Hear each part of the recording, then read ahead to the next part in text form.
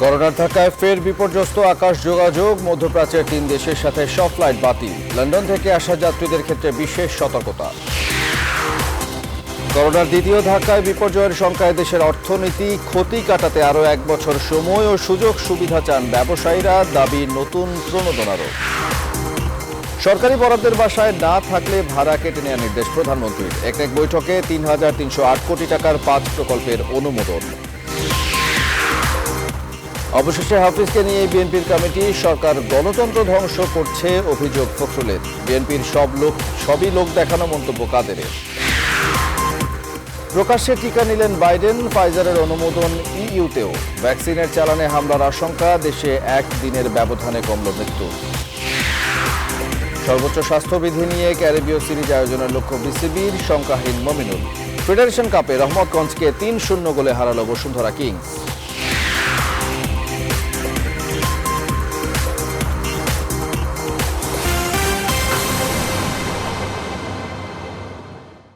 Rainbow Allrounder exterior paint, বাংলাদেশের আবহাওয়া উপযোগী একমাত্র পেইন্ট।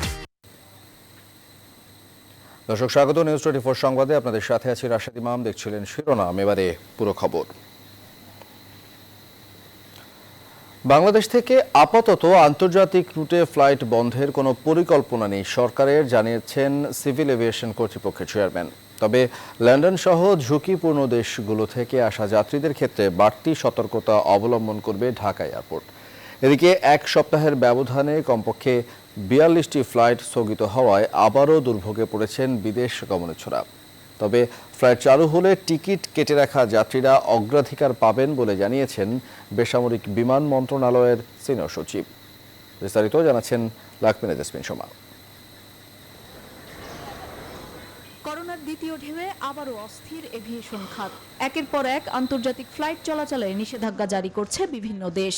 সেই সব দেশের নিষেধাজ্ঞার কারণে গত 1 সপ্তাহে ঢাকা থেকে অন্তত 42টি ফ্লাইট স্থগিত করতে বাধ্য হয়েছে বাংলাদেশ বিমান সহ আরও কয়েকটি এয়ারলাইন্স কোম্পানি। হঠাৎ করেই সৌদি, কুয়েত ও ওমান সরকার সব ধরনের আন্তর্জাতিক ফ্লাইট বন্ধ করায় ভোগান্তিতে পড়েন এই রুটের যাত্রীরা। মঙ্গলবার ঢাকা এয়ারপোর্টে এসে ফিরে গেছেন অনেকে। ওনারা আসে আমাদেরকে জানাইতেছে যে এখানে আমাদের বিমান ক্যান্সেল করা হয়েছে। আমি যে সোজাভাবে যাচ্ছি, এটা আল্লাহর কাছে লাখ লাখ শুকরিয়া। ফ্লাইট বন্ধের বিষয়টি একেবারেই সংশ্লিষ্ট দেশের সিদ্ধান্ত। পরবর্তীতে নিষেধাজ্ঞা উঠে গেলে টিকিট কেটে রাখা যাত্রীরা অগ্রাধিকার পাবেন, জানান বেসামরিক বিমান পরিবহন মন্ত্রণালয়ের সিনিয়র সচিব। আমরা কোনো দেশের সাথে ফ্লাইট পরিচালনা বন্ধ করিনি। যখন পরিস্থিতি স্বাভাবিক হবে আমরা এই টিকিটটা আবার রিইস্যু করে দেব তাদের। বিভিন্ন দেশ আন্তর্জাতিক ফ্লাইট বন্ধ করলেও অর্থনীতির স্বার্থে আপাতত তেমন কোনো সিদ্ধান্ত নিচ্ছে না বাংলাদেশ। আমি মনে করি যে আমরা এখনো সম্ভব ঝুঁকিটাকে প্রশমন করে আমাদের বিমান চলাচল ব্যবস্থাটা অব্যাহত রাখতে। গেল মার্চে বাংলাদেশে করোনা সংক্রমণ শুরু হলে 2.5 মাস বন্ধ থাকার পর ফের জুনে চালু হয় অভ্যন্তরীণ ও আন্তর্জাতিক রুটে ফ্লাইট চলাচল। করোনার দ্বিতীয় ঢেউয়ের আঘাতে আবারও বিপর্যস্ত হতে চলেছে সারা বিশ্বের ফ্লাইট চলাচল। এরই মধ্যে বিভিন্ন দেশ তাদের ফ্লাইট স্থগিতের সিদ্ধান্ত নিলেও বাংলাদেশের পক্ষ থেকে এখনো পর্যন্ত এমন কোনো সিদ্ধান্ত নেওয়া হয়নি। তবে খুব শিগগির আন্তঃমন্ত্রণালয় বৈঠকের মাধ্যমে সার্বিক পরিস্থিতি বিবেচনা করে সিদ্ধান্ত নেবে বাংলাদেশ সরকার। লাকমিনা জেসমিন সোমা, নিউজ 24, ঢাকা। মহামারীর ক্ষতি পুষিয়ে নিতে আরও অন্তত 1 বছর সময় ও সুযোগ সুবিধা চান ব্যবসায়ীরা। তাদের দাবি, ব্যাংক ঋণ পরিশোধ এবং নীতিগত বিষয়ে সহায়তা অব্যাহত না রাখলে আগামীতে বিপর্যয়ের আশঙ্কা থাকছে। এছাড়া করোনার দ্বিতীয় ধাক্কা সামাল দিতে নতুন প্রণোদনার কথাও বলছেন উদ্যোক্তারা। অর্থনীতি বিশ্লেষকরা বলছেন, শুধু বরাদ্দ দিলেই হবে না, এসএমই ও কৃষির মতো খাতে তা বাস্তবায়নে বিশেষ মনোযোগ দিতে হবে। বিস্তারিত জানাচ্ছেন বাবু কামরুজ্জামান। মহামারী করোনা বিপর্যয়ে গেল 8 মাসে ক্ষুদ্র, মাঝারি কিংবা বড় সব শ্রেণীর ব্যবসায়ীরাই বিপর্যস্ত হয়েছেন। হিসাব বলছে দেশের অন্তত 88% ব্যবসায়ী এই সময়ে ক্ষতিগ্রস্ত। করোনার প্রথম ধাক্কার ক্ষত না সারতেই দ্বিতীয় ধাক্কায় সে ক্ষতির পাল্লা আরও ভারী হচ্ছে। সম্প্রতি তৈরি পোশাক মালিকদের সংগঠন বিজিএমইএ জানায়, যুক্তরাষ্ট্র ও ইউরোপে পোশাকের খুচরা বিক্রি কমে যাওয়া সহ নজিরবিহীন দরপতন হয়েছে এই খাতে। যা মোকাবেলায় নতুন করে প্রণোদনা এবং পুরনো প্যাকেজের মেয়াদ বাড়ানোর দাবি জানায় সংগঠনটি। আগামী দিনে ব্যবসা বাণিজ্য টিকিয়ে রাখার স্বার্থেই আবারও প্রণোদনা প্রয়োজন বলে দাবি উদ্যোক্তাদের।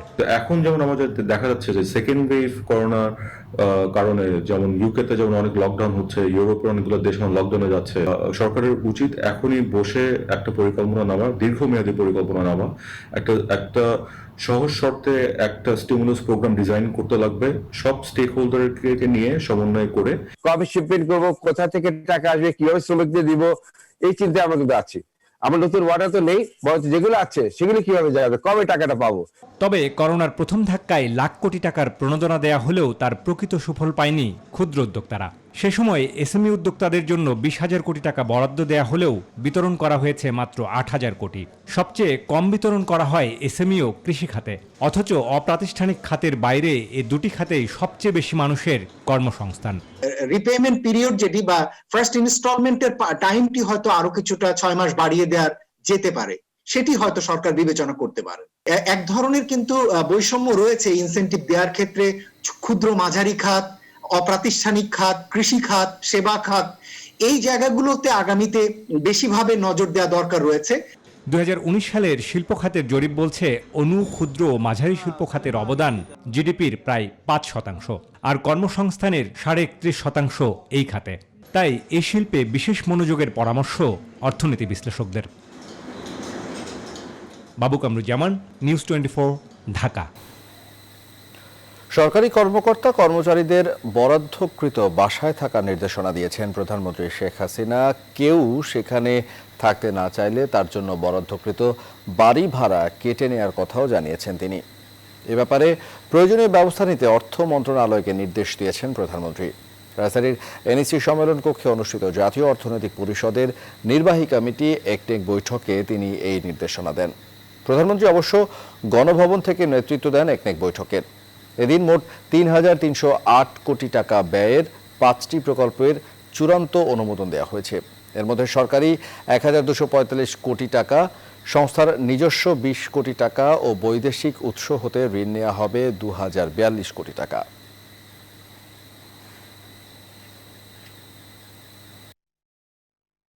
সরকারি বেতন বৃদ্ধির ফলে এখন যে হাউস রেন্ট পাওয়া যায় সেটার চেয়ে কম পয়সায় বাইরে বাসা ভাড়া পাওয়া যায়। এই জন্যে বাসাগুলো তৈরি থাকে, অব্যবহৃত থাকে এবং নষ্ট হয়। ফলে একটা নির্দেশনা মাননীয় প্রধানমন্ত্রী দিয়েছেন যে যাদের নামে বাসা বরাদ্দ হবে, বিশেষ করে ইয়ারমার্ক বাসাগুলা, সেগুলোতে তাদেরকে থাকতেই হবে। স্বাধীনতার 50 বছর পূর্তি উপলক্ষে বছরব্যাপী নানা কর্মসূচি পালনের জন্য 25 কমিটির কোথাও নেই বিএনপির ভাইস চেয়ারম্যান বীর বিক্রম মেজর হাফিজউদ্দিনের নাম। দলীয় শৃঙ্খলা ভঙ্গের অভিযোগে 14 ডিসেম্বর হাফিজউদ্দিন আহমদকে কারণ দর্শানোর নোটিশ দিয়েছিল বিএনপি।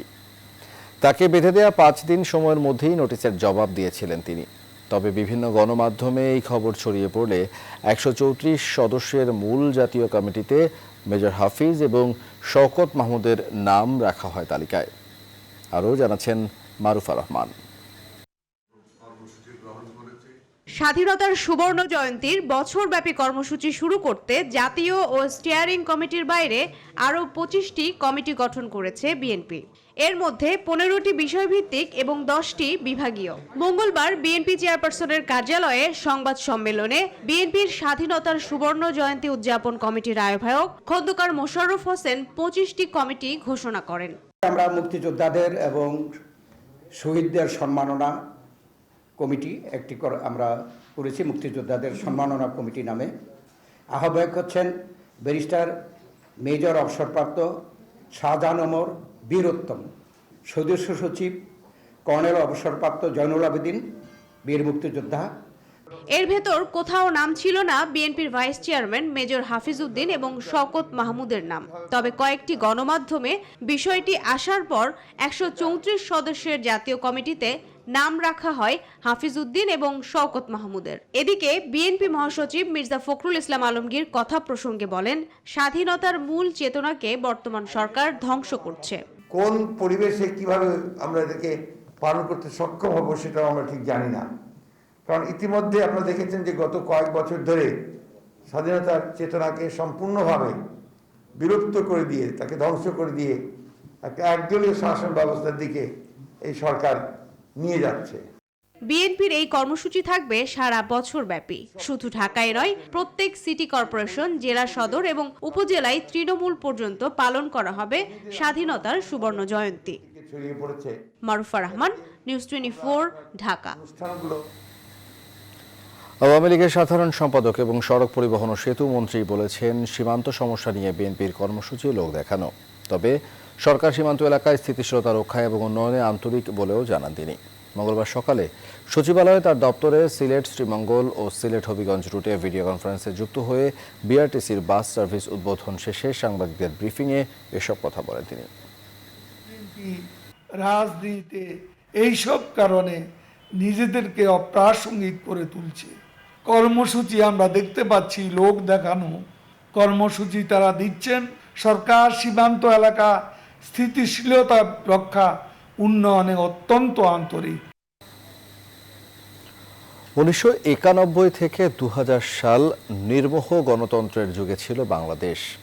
এরপর থেকে গণতন্ত্র অবস্থান হারাতে বসেছে, এমন মন্তব্য বাংলাদেশ কল্যাণ পার্টির চেয়ারম্যান অবসরপ্রাপ্ত মেজর জেনারেল সৈয়দ মোহাম্মদ ইব্রাহিমের।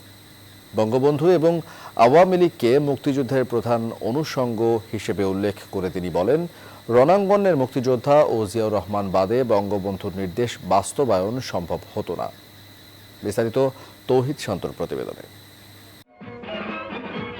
লেফটেন্যান্ট ইব্রাহিম তখন পাকিস্তান সেনাবাহিনীর আনকোরা এক তরুণ অফিসার। তার সেনা জীবনের প্রথম যুদ্ধই মুক্তিযুদ্ধ। ঢাকা চট্টগ্রাম সিলেট রেলপথ, আখাউড়া জংশন, সীমান্তের ওপারে ত্রিপুরার রাজধানী আগরতলা। সি কোম্পানির দলনেতা ইব্রাহিম সহযোদ্ধাদের নিয়ে তুমুল এক যুদ্ধে অংশ নেন। 1971 সালের 4 ডিসেম্বর ভোরের আলো ফোটার আগেই মুক্ত হয় আখাউড়া। যে বঙ্গবন্ধু এবং 1971-এর আওয়ামী লীগ ব্যতীত মুক্তিযুদ্ধের কোনো গল্প আলোচনা অকাম্য, অবাস্তব। কিন্তু আওয়ামী লীগ যেহেতু ইনহেরেন্ট একটা বৈরিতা পোষণ করে রণাঙ্গনের মুক্তিযোদ্ধা সেক্টর কমান্ডার বীর উত্তম মেজর জেনারেল জিয়াউর রহমানের বিরুদ্ধে, তারা সকল মুক্তিযোদ্ধাদের প্রতি রণাঙ্গনে যারা ছিল বৈরী হয়ে গেছে। যে রাজনৈতিক বঙ্গবন্ধুর নেতৃত্ব এবং রণাঙ্গনের মুক্তিযোদ্ধাদের ভূমিকা, এখানে কম্প্রোমাইজের জায়গা নেই। সেনাবাহিনীতে থেকেও স্বাধীন বাংলাদেশে 90-এর গণতন্ত্র পুনরুদ্ধারের আন্দোলনে অবদান রেখেছেন। তাই গণতন্ত্র পুনঃপ্রতিষ্ঠার সংগ্রামটা আমরা দেখেছি। ওই জন্য 10 বছর সময়কে আমি বলবো পুণ্যবান সময়, নির্মোহ সময়, নির্দোষ সময়, ইনোসেন্ট টাইম। দ্বিতীয়বার যখন বিএনপি আসলো, সেই নির্মোহতা, সেই ইনোসেন্স বা নির্দোষতা ছিল না। 96 থেকে 2001-এর জুলাই পর্যন্ত আওয়ামী লীগ যে নির্মোহ দৃষ্টিতে যে ইনোসেন্স নিয়ে শাসনটা করেছে, সেটা তারা 2009 থেকে আর করতে পারে নাই। মিথ্যা, দুর্নীতি আর অর্থের দাপটকে মানুষের কল্যাণে রাজনীতি থেকে ধুয়ে ফেলতে আমূল পরিবর্তন এবং তুমুল সংস্কার প্রয়োজন মনে করেন কল্যাণ পার্টির চেয়ারম্যান সৈয়দ ইব্রাহিম। টাকা ছাড়া রাজনীতি হবে না, টাকা বানানোর জন্যই রাজনীতি করতে হবে। মিথ্যাকে আশ্রয় করে রাজনীতি করতে হবে, মিথ্যাকে প্রতিষ্ঠিত করার জন্য রাজনীতি করতে হবে। নীতি বলে কোনো জিনিস রাজনীতিতে প্রযোজ্য নয়, দুর্নীতিটাই প্রযোজ্য। এর জন্য এই মুহূর্তে ক্ষমতাসীন সরকার বেশি দায়ী, অন্যেরা কম দায়ী, কিন্তু দায়ী। স্বাধীনতার সুফলে দেশ এগিয়েছে স্বীকার করেন সৈয়দ ইব্রাহিম। আফসোস রেখে বলেন, এর চেয়েও আরো বহুদূর এগোবে দেশ।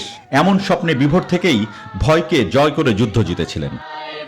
তৌহিদ শান্ত, নিউজ 24, ঢাকা। দেশের আইন ক্ষমতাসীনদের ইচ্ছে মতো চলছে বলে মন্তব্য করেছেন ডাকসুর সাবেক ভিপি, সাধারণ ছাত্র অধিকার পরিষদের সভাপতি নুরুল হক নূর। 2019 সালে ডাকসুতে হামলার ঘটনার 1 বছরে বিচার না হওয়া রাজু ভাস্কর্যে অনুষ্ঠিত এক প্রতিবাদ সভায় তিনি কথা বলেন। দেশের বিভিন্ন ঘটনায় বিচার না হওয়াকে উল্লেখ করে নূর বলেন, বর্তমান সরকার ব্যবস্থা এর জন্য দায়ী। দেশের বিশিষ্ট 42 জন নাগরিকদের নির্বাচন কমিশনের বিরুদ্ধে যে অভিযোগ, তার সাথে একমত প্রকাশ করেন নূর। এ সময় সাধারণ ছাত্র অধিকার পরিষদের কেন্দ্রীয় নেতাদের সাথে নিয়ে রাজু ভাস্কর্য এবং টিএসসি এলাকায় কালো পতাকা মিছিল করে তারা।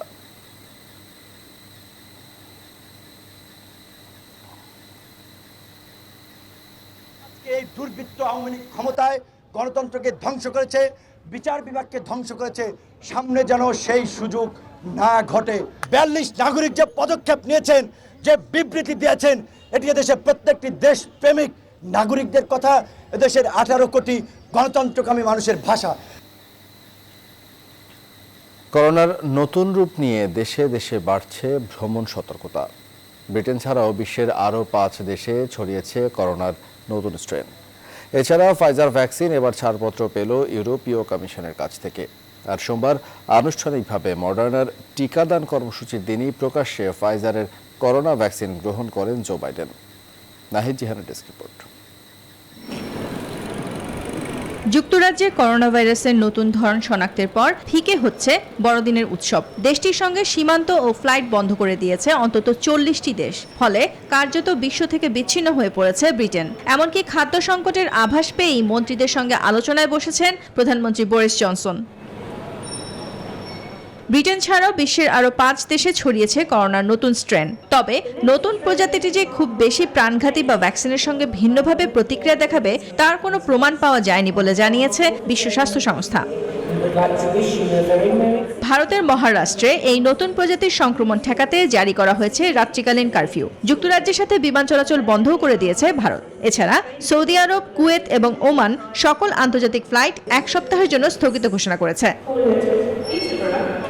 এদিকে করোনার কারণে ক্ষতিগ্রস্ত ক্ষুদ্র ব্যবসা খাতকে ঘুরে দাঁড়াতে মার্কিন সংসদের নিম্নকক্ষ প্রতিনিধি পরিষদে $900 বিলিয়ন কোভিড রিলিফ প্যাকেজ অনুমোদন দেওয়া হয়েছে। এছাড়া সোমবার থেকে দ্বিতীয় অনুমোদিত ভ্যাকসিন হিসেবে মডার্না টিকাদান কর্মসূচি শুরু হয়েছে মার্কিন চিকিৎসা কেন্দ্রগুলোতে।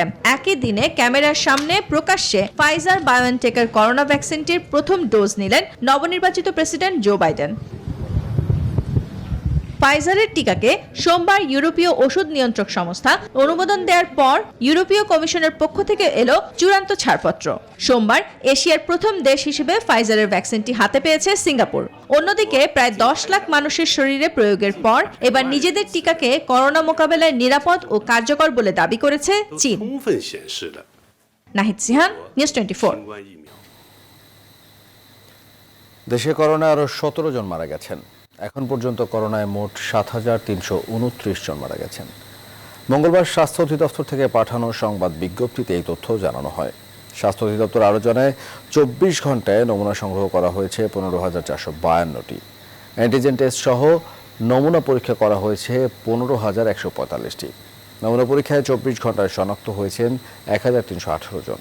এখন পর্যন্ত 5,03,501 জন শনাক্ত হয়েছেন। 24 ঘন্টায় সুস্থ হয়েছেন 2,235 জন।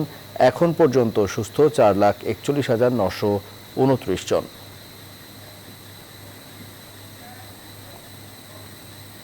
সরকারি চাকরিতে ডোপ টেস্ট বাধ্যতামূলক করতে দেশের 19 জেলায় স্থাপিত হতে যাচ্ছে 21টি ডোপ টেস্ট ল্যাব। মাদকদ্রব্য নিয়ন্ত্রণ অধিদপ্তর জানিয়েছে এরই মধ্যে বিধিমালা প্রণয়নও চূড়ান্ত পর্যায়ে। এদিকে আগেভাগেই নিজেদের মধ্যে শুদ্ধি অভিযান শুরু করেছে ঢাকা মেট্রোপলিটন পুলিশ। ডোপ টেস্টে 73 পুলিশ সদস্য পজিটিভ ধরা পড়ায় 10 জনকে ইতিমধ্যে চাকরিচ্যুত করা হয়েছে। সরকারি শিক্ষক নিয়োগেও আসছে ডোপ টেস্টের আওতায়। বিশেষজ্ঞরা বলছেন জাতি গড়ার কারিগর শিক্ষকদের ডোপ টেস্ট অত্যন্ত জরুরি। বিস্তারিত থাকছে ফখরুল ইসলামের রিপোর্টে। সারা দেশে মাদকের বিরুদ্ধে দেশজুড়ে যুদ্ধ, দফায় দফায় সাঁড়াশি অভিযান চালিয়েও নিয়ন্ত্রণ করা যায়নি এর ব্যাপকতা। তাই আপাতত প্রতিরোধমূলক ব্যবস্থা হিসেবে সরকারি সব ধরনের চাকরিতে স্বাস্থ্য পরীক্ষার সাথে বাধ্যতামূলক হচ্ছে ডোপ টেস্ট। আর এই ডোপ টেস্ট ব্যাপক পরিসরে শুরু করতে রাজধানীসহ দেশের 19টি জেলায় মিনি ল্যাব স্থাপনে প্রকল্প হাতে নিয়েছে মাদকদ্রব্য নিয়ন্ত্রণ অধিদপ্তর। ল্যাবে চুল, রক্ত অথবা লালা দিয়ে মিলবে ডোপ টেস্টের ফলাফল। যত সরকারি নিয়োগ হবে সবাই তো এখন ডোপ টেস্টে আওতায় আসতে চাই না। আমাদের হচ্ছে কি ডোপ টেস্ট বিধিমালা প্রণয়ন হয়ে যাচ্ছে। ডোপ টেস্ট বিধিমালা প্রণয়ন হয়ে গেলে আমাদের যত বড় জেলাগুলো আছে, হ্যাঁ, ওখানে 19টা জেলা নির্ধারণ করা হয়েছে প্রাথমিকভাবে। সবগুলোতেই ডোপ টেস্ট করার জন্য আমাদের পর্যাপ্ত ব্যবস্থা থাকবে। যখন আমাদের 19টা জেলা হয়ে যাবে তখন মনে করেন আপনি চিটাগের কাউকে আর ঢাকাতে আসতে হবে না, বা হচ্ছে মনে করেন ব্রাহ্মণ বড় জেলা মনে করেন সিলেটে কাউকে ঢাকায় আসতে হবে না, সিলেটেই করে নিতে পারবে। এদিকে পুলিশের ভেতরে আগেভাগেই শুরু হয়েছে এই ডোপ টেস্ট কার্যক্রম। গত 2 মাসে চাকরিরত পুলিশ সদস্যদের মধ্যে ডিএমপির 73 সদস্যই টেস্টে পজিটিভ ধরা পড়েছে, যাদের 18 জনকে সাময়িক বরখাস্ত করে মামলা করা হয়। ইতিমধ্যে 10 জনকে চাকরিচ্যুত করা হয়। আগে 68 ছিল, এখন 73 হয়েছে, 73। এদের বিরুদ্ধে বিভাগীয় মামলা হবে। বিভাগীয় মামলায় তারা দোষী সাব্যস্ত হলে তারপর তাদের চাকরি যাওয়ার প্রশ্ন আসবে আর কি। সরকারি শিক্ষক নিয়োগেও ডোপ টেস্ট বাধ্যতামূলক হচ্ছে। বিশ্লেষকরা বলছেন, শিক্ষিত জাতি করতে শিক্ষকদের মধ্যেও শুদ্ধকরণ জরুরি। শিক্ষক নিয়োগের ক্ষেত্রে ডোপ টেস্ট প্রয়োজনীয়। তার কারণ হলো অন্যান্য ক্ষেত্রে যদি ডোপ টেস্ট না করা হয় জাতি যতটা ক্ষতিগ্রস্ত হবে, যদি শিক্ষক মাদকাসক্ত হয় তাইলে জাতি বেশি ক্ষতিগ্রস্ত হবে। পর্যায়ক্রমে গাড়ি চালক সহ সব চাকরির ক্ষেত্রেই ডোপ টেস্টের আওতায় আসবে। দেশকে মাদকমুক্ত করতে ডোপ টেস্ট কার্যকর ভূমিকা রাখবে বলে মত দেন বিশ্লেষকরা।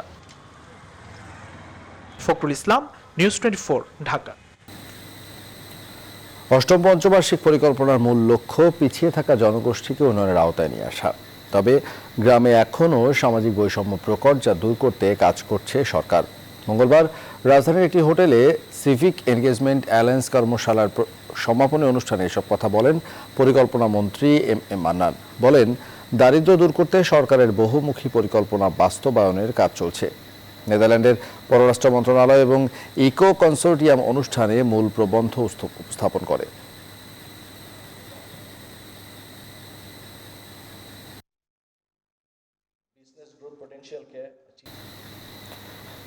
৩৬০০ কোটি টাকা নিয়ে পালিয়ে যাওয়া পিকে হালদারকে গ্রেফতারে কাজ শুরু করেছে ইন্টারপোল। তার বিরুদ্ধে চলা তদন্ত অব্যাহত রেখেছে দুদক। মঙ্গলবার হাইকোর্টে সাংবাদিকদের প্রশ্নে এমন কথা জানিয়েছেন দুদকের আইনজীবী। এ বিষয়ে গণমাধ্যমে আসা প্রতিবেদনের বিবেচনায় নিয়ে গত ১৯ নভেম্বর বিচারপতি মোহাম্মদ নজরুল ইসলাম তালুকদার ও বিচারপতি আহমেদ সোহেলের ভার্চুয়াল হাইকোর্ট বেঞ্চ সব প্রণোদিত রুল দিয়ে পিকে হালদারকে দেশে ফিরিয়ে আনতে ও গ্রেফতারের পদক্ষেপ বিষয়ে লিখিতভাবে দুদক চেয়ারম্যান সহ বিবাদীদের জানাতে বলেন। যারা অর্থ পাচারের সঙ্গে সংযুক্ত, করাপশনের সঙ্গে, সেসব দ্বৈত নাগরিক, দ্বৈত পাসপোর্ট হোল্ডারদের ব্যাপারে রিপোর্ট চেয়েছে, একটা তালিকা চেয়েছে, এবং সে তালিকাটি চেয়েছে special police super immigration Malibagh ঢাকার কাছ থেকে। ভুল বুঝাবুঝি কেন হলো? না, এটা ভুল বুঝাবুঝি কিছুই হয়নি, এটা শব্দচয়নে হয়তো বা ভুল হয়েছে। অবৈধ সম্পদ অর্জন এবং টাকা পাচারের অভিযোগে দুদকের মামলায় এমপি পাপুলের স্ত্রী ও মেয়েকে আগামী ২৮ ডিসেম্বরের মধ্যে আত্মসমর্পণের নির্দেশ দিয়েছেন হাইকোর্ট। মঙ্গলবার সকালে হাইকোর্টে একটি ভার্চুয়াল বেঞ্চ ওই আদেশ দেন। এর আগে গত ২৮ নভেম্বর অবৈধ সম্পদ অর্জন ও টাকা পাচারের মামলায় কাজী শহীদ ইসলাম পাপুলের স্ত্রী সেলিনা ইসলাম এবং মেয়ে ওয়াফা ইসলাম হাইকোর্টে আগাম জামিন চেয়ে আবেদন করেন। পাপুল কুয়েতে গ্রেফতার হওয়ার পর গত ১১ নভেম্বর তিনি সহ তার স্ত্রী এমপি সেলিনা, শালিকা জেসমিন প্রধান এবং মেয়ে ওয়াফা ইসলামের বিরুদ্ধে একটি মামলা করে দুদক। শহীদুল্লাহ ইসলাম পাপুল এমপি স্ত্রী, সেলিনা ইসলাম এমপি এবং তার মেয়ে ওয়াফা ইসলাম গত ১০ ডিসেম্বর ওনারা হাইকোর্ট থেকে একটা ডাইরেকশন নিয়েছিলেন ১০ দিনের মধ্যেই বিচারিক আদালতে আত্মসমর্পণ করার জন্য। সেক্ষেত্রে ওনারা ওখানে ২০ তারিখ আবেদনও করেছিলেন, কিন্তু কোর্ট ইতিমধ্যে ভ্যাকেশন কোর্ট চলতেছে, এটা কারেকশন করে দেওয়া হয়েছে এবং কয়েকটা দিন সময় দিয়ে ২৮ ডিসেম্বরের মধ্যে সারেন্ডার করতে বলছে। রাজধানীর মোহাম্মদপুরের বছিলায় গার্ডেন সিটিতে হট অ্যান্ড ক্রিস্ট বেভারেজ নামে একটি প্রতিষ্ঠানকে ৩ লাখ টাকা জরিমানা করা হয়েছে। লেভেলবিহীন ঘি, মেয়াদোত্তীর্ণ সবজি, বাসি মিষ্টি, ময়লাযুক্ত ডালডা, পোড়া তেল ব্যবহারের জন্য প্রতিষ্ঠানটিকে জরিমানা করে বাংলাদেশ নিরাপদ খাদ্য কর্তৃপক্ষের মোবাইল কোর্ট। দুপুরে মোবাইল কোর্টটি পরিচালনা করেন প্রসিকিউটিং অফিসার মিজানুর রহমান শিকদার এবং এক্সিকিউটিভ ম্যাজিস্ট্রেট মোবাশ্বের আলম।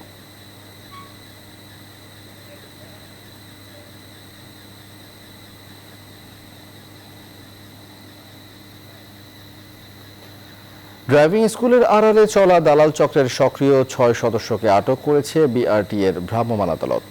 বিভিন্ন মেয়াদে দেওয়া হয়েছে সাজা। দালাল চক্রের দৌরাত্ম্য বন্ধে ড্রাইভিং স্কুলগুলোতে নজরদারি বাড়ানোর পাশাপাশি নিয়মিত মনিটরিং বাড়ানোর কথা জানিয়েছেন বিআরটি এর চেয়ারম্যান। আলী তালুকদারের প্রতিবেদন। রাজধানী মিরপুরের বিআরটিএ কার্যালয়। প্রতিদিন এখানে সেবা নিতে আসেন শত শত যানবাহন চালক, যাদের কেন্দ্র করে গড়ে উঠেছে এক শ্রেণীর দালাল চক্র। দালাল চক্র নিয়ে বিআরটিএ নিয়মিত অভিযান পরিচালনা করলেও থামানো যাচ্ছে না তাদের দৌরাত্ম্য। কৌশলে ড্রাইভিং স্কুলের আড়ালে চলে তাদের দালালি কর্মকাণ্ড, যার সন্ধানে মঙ্গলবার সকালে মাঠে নামে বিআরটিএর ভ্রাম্যমাণ আদালত। গোপন ক্যামেরায় ধরা পড়ে মামা ড্রাইভিং স্কুলের আড়ালে চলা দালালি বাণিজ্য।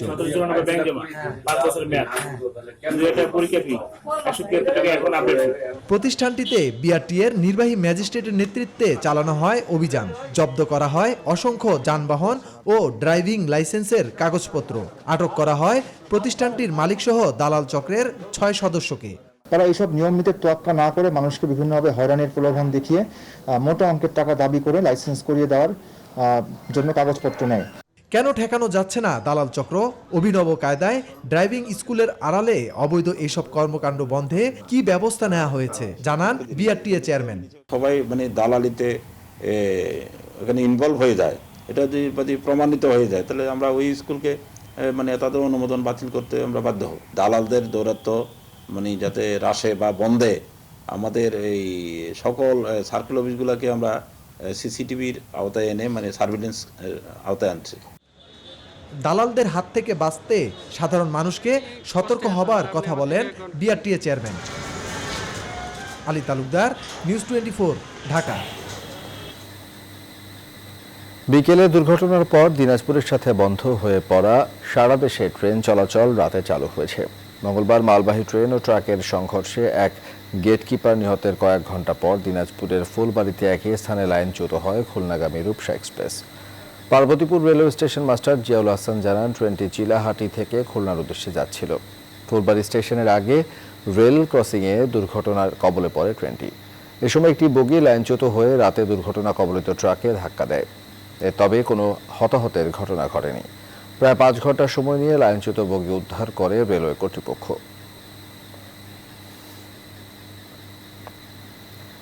বর্ডার গার্ড বাংলাদেশ এবং ভারতের বিএসএফ এর মধ্যে মহাপরিচালক পর্যায়ের 51তম সীমান্ত সম্মেলন শুরু হয়েছে। বিকেলে ভারতের গৌহাটিতে এই সম্মেলন শুরু হয়। ওই সম্মেলনে বিজিবি মহাপরিচালকের নেতৃত্বে 11 সদস্যের প্রতিনিধি দল এবং বিএসএফ মহাসচিবের নেতৃত্বে 12 সদস্যের ভারতীয় প্রতিনিধি দল যোগ দিয়েছে। আগামী 25 ডিসেম্বর আনুষ্ঠানিকভাবে শেষ হবে এই সম্মেলন। এবারে ফার্স্ট ইসলামী ব্যাংক অর্থ বাণিজ্যের সংবাদ।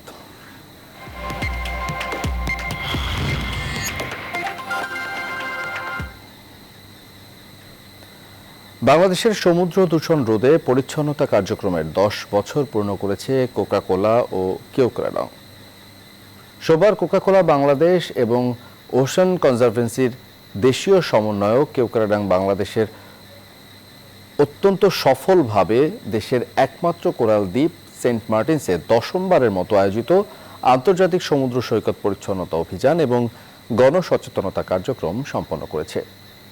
বর্জ্যমুক্ত বিশ্ব গড়ে তোলার লক্ষ্যে এই কার্যক্রম।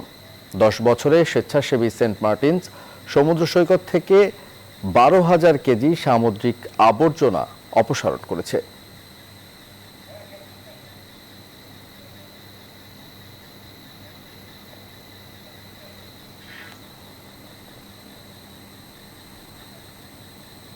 এবারে প্রবাসের খবর।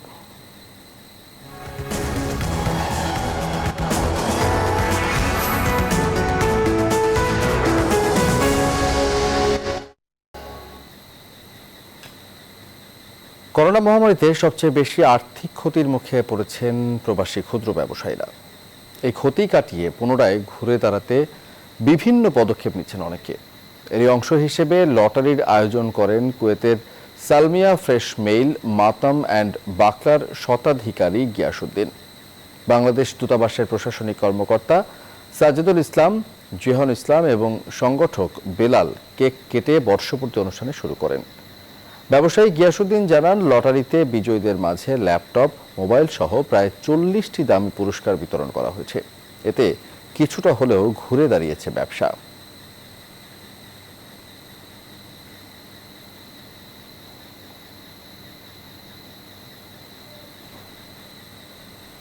ইতালির ভেনিসে মহান বিজয় দিবস উপলক্ষে আলোচনা সভা ও সাংস্কৃতিক অনুষ্ঠান আয়োজন করেছে আওয়ামী লীগ।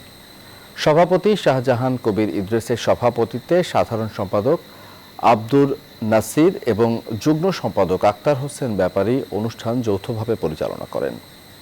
ভেনিস যুবলীগ ও ছাত্রলীগের অংশগ্রহণে বিজয়ের আলোচনা সভায় বক্তব্য রাখেন ভেনিস আওয়ামী লীগের সহসভাপতি আদিল মুন্সি, সাংগঠনিক সম্পাদক সোহানুর রহমান উজ্জ্বল সহ যুবলীগ, ছাত্রলীগ এবং কমিউনিটি নেতৃবৃন্দ।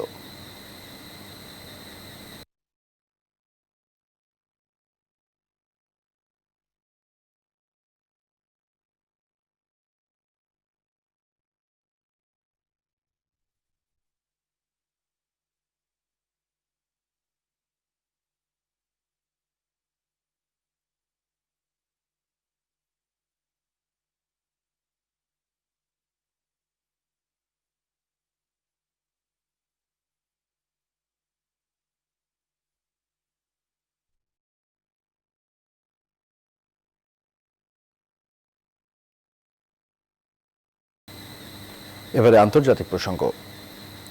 পরমাণু সমঝোতায় ফিরে আসার ইচ্ছার মার্কিন সিদ্ধান্তকে স্বাগত জানালেও কোনো শর্ত মানতে অস্বীকৃতি জানিয়েছে ইরান। ওয়াশিংটনকে একই শর্ত মানার আহ্বান জানিয়েছে চুক্তির সদস্য দেশ চীন এবং রাশিয়া। সেই সঙ্গে ইরানের ওপর মার্কিন নিষেধাজ্ঞা তুলে দেওয়ার আহ্বান জানিয়েছে বেইজিং ও Moscow. Asmat Ali desk report. সম্প্রতি নির্বাচিত নতুন মার্কিন প্রেসিডেন্ট জো বাইডেন এবং তার জাতীয় নিরাপত্তা উপদেষ্টা ইরানের পরমাণু সমঝোতায় ফেরার ব্যাপারে আগ্রহ প্রকাশ করেছেন, আর তাদের এই ফিরে আসাকে স্বাগত জানিয়েছে তেহরান। তবে এক্ষেত্রে কোনো শর্ত মানতে নারাজ রুহানি প্রশাসন। বরং সতর্ক করা হয়েছে, সমঝোতায় ফিরলে ওয়াশিংটনকেই চুক্তির সব শর্ত মানতে হবে। এক্ষেত্রে ইরানি পররাষ্ট্রমন্ত্রী জাভেদ জারিফ বলেন, ভিত্তিহীন অভিযোগে পরমাণু সমঝোতা থেকে ট্রাম্প প্রশাসন যুক্তরাষ্ট্রকে সরিয়ে নেয়ার পর চুক্তিতে স্বাক্ষরকারী 3 ইউরোপীয় দেশ ব্রিটেন, ফ্রান্স ও জার্মানি এই সমঝোতা চরমভাবে লঙ্ঘন করেছে। তাই ইরানের অপূরণীয় আর্থিক ক্ষতির জন্য যুক্তরাষ্ট্রের সঙ্গে ইউরোপীয় দেশগুলো সমানভাবে দায়ী। ইরানের মতো যুক্তরাষ্ট্রকে শর্তহীনভাবে সমঝোতায় ফিরে আসার আহ্বান জানিয়েছে চীন এবং রাশিয়াও। পাশাপাশি ইরানের বিরুদ্ধে সব মার্কিন নিষেধাজ্ঞা প্রত্যাহারের আহ্বানও জানায় বেইজিং এবং মস্কো। সোমবার ইরান এবং 5 জাতির ভার্চুয়াল আলোচনায় এই আহ্বান জানান চীন এবং রাশিয়ার পররাষ্ট্রমন্ত্রীরা। ব্রিটেন, ফ্রান্স এবং জার্মানির পররাষ্ট্রমন্ত্রীরাও এ সময় যোগ দেন সেখানে। এদিকে এই সমঝোতায় যুক্তরাষ্ট্রকে ফিরে আনা হবে বাইডেন সরকারের কঠিন চ্যালেঞ্জ। বিশেষজ্ঞদের উদ্ধৃতি দিয়ে এমন প্রতিবেদন প্রকাশ করেছে মার্কিন দৈনিক লস অ্যাঞ্জেলেস টাইম। বলা হয়, যুক্তরাষ্ট্রের সমঝোতায় ফেরার শর্ত হিসেবে নিষেধাজ্ঞা তুলে নেওয়ার আহ্বান রয়েছে, আর ক্ষমতা গ্রহণের পরেই বাইডেন প্রশাসনের এ বিষয়ে দ্রুত পররাষ্ট্রনীতি ঠিক করা হবে কঠিন চ্যালেঞ্জ। আসমাতুলি, নিউজ 24। ভারতে ধর্মের কোনো বিভেদ নেই, এমনকি ধর্মের নামে কোনো সুযোগ সুবিধা থেকে কাউকে বঞ্চিত করা হবে না বলে মন্তব্য করেছেন দেশটির প্রধানমন্ত্রী নরেন্দ্র মোদী। আলিগড় মুসলিম বিশ্ববিদ্যালয়ের সমাবর্তন অনুষ্ঠানে তিনি এমন মন্তব্য করেন। 1964 সালে লাল বাহাদুর শাস্ত্রী শেষবার আলিগড় মুসলিম বিশ্ববিদ্যালয়ের সমাবর্তন অনুষ্ঠানে যোগ দিয়েছিলেন। তারপর দেশের আর কোনো প্রধানমন্ত্রী আলিগড় মুসলিম বিশ্ববিদ্যালয়ের কোনো অনুষ্ঠানে যোগ দেননি। 56 বছর পর দেশের দ্বিতীয় প্রধানমন্ত্রী হিসেবে নরেন্দ্র মোদী আলিগড় মুসলিম বিশ্ববিদ্যালয়ের কোনো অনুষ্ঠানে যোগ দিলেন।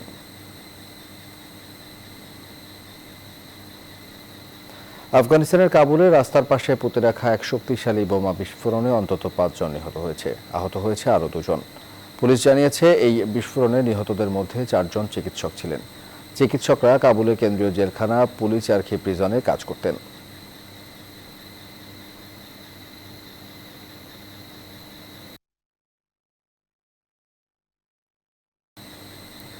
নেপালের প্রধানমন্ত্রীর পার্লামেন্ট ভেঙে দিয়ে নতুন নির্বাচনের সুপারিশকে আইনি পথে চ্যালেঞ্জ জানিয়েছে বিরোধীরা। পার্লামেন্ট ভেঙে দিয়ে প্রধানমন্ত্রীর আগাম নির্বাচনের ডাককে সাংবিধানিক পরিপন্থী অভিহিত করে এরা নিন্দা জানিয়েছেন তারা। তবে এসবকে পাত্তা না দিয়ে এবার নতুন দল গড়ার হুমকি দিলেন কেপি শর্মা ওলি।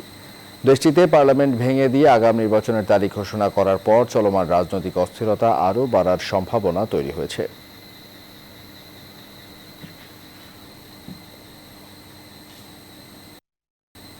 এবারে নিউজ 24 স্পোর্টস।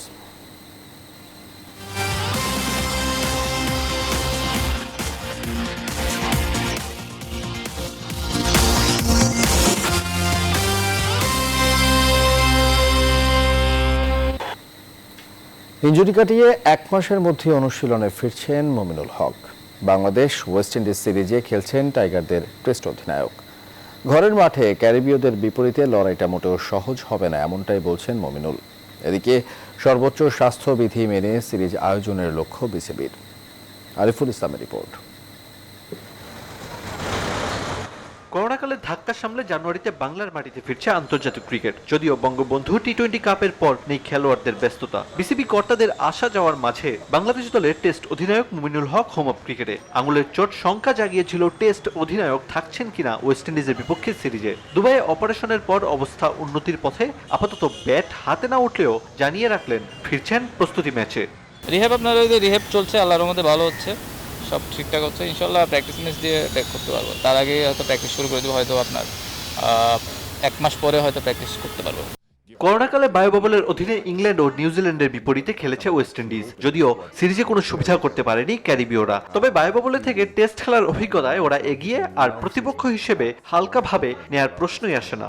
আপনার ওদের সাথে খেলতে গেলে আপনার আপনার পুরা এফোর্ট দিয়ে খেলতে হবে, পুরো এরকম আপনার টিম পারফরমেন্স করে খেলতে হবে, সবার ভালো পারফরমেন্স করে খেলতে হবে। এটাই করোনাকালে 2 ঘরোয়া টুর্নামেন্ট আয়োজন করেছে বিসিবি। এবার শতভাগ স্বাস্থ্যবিধি মেনে সিরিজ সম্পন্ন করার লক্ষ্য ক্রিকেট বোর্ডের। সব ধরনের সিকিউরিটি চিন্তা করতে হবে, কিন্তু আমাদের এক্সাইটমেন্টে এমন কিছু করা উচিত হবে না যেটাতে মাঝপথে টুর্নামেন্টটা বন্ধ হয়ে যায়।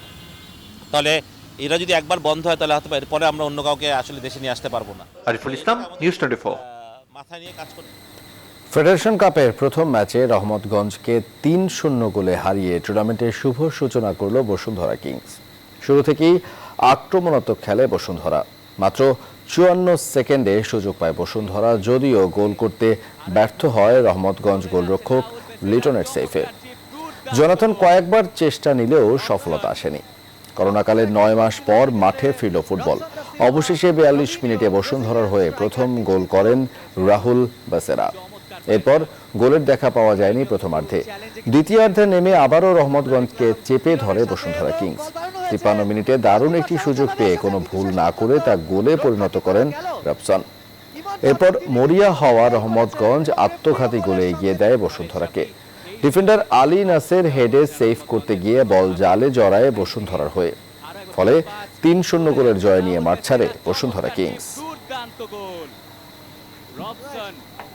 চমৎকার একটা গোল ছিল সেক্ষেত্রে রবসন দা সিলভা, রবিনিও ব্রাজিলিয়ান। দর্শক, শেষ করবো এখনকার নিউজ 24 সংবাদ। তার আগে শিরোনামগুলো আরো একবার।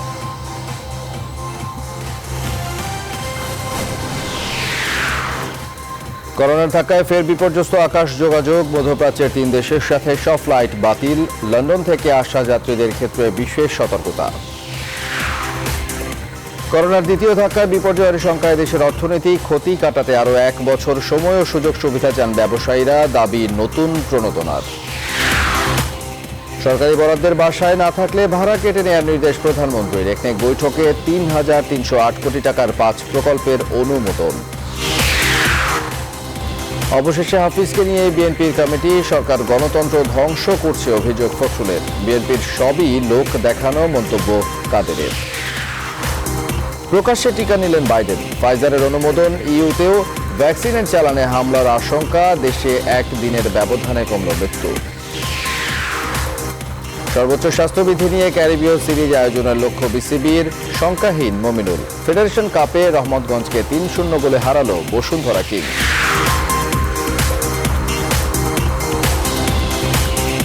দর্শক, এই ছিল এখন পর্যন্ত। দেখতে নিউজ 24। ধন্যবাদ সাথে থাকার জন্য। আরও দেখতে ভিজিট করুন www.news24bd.com।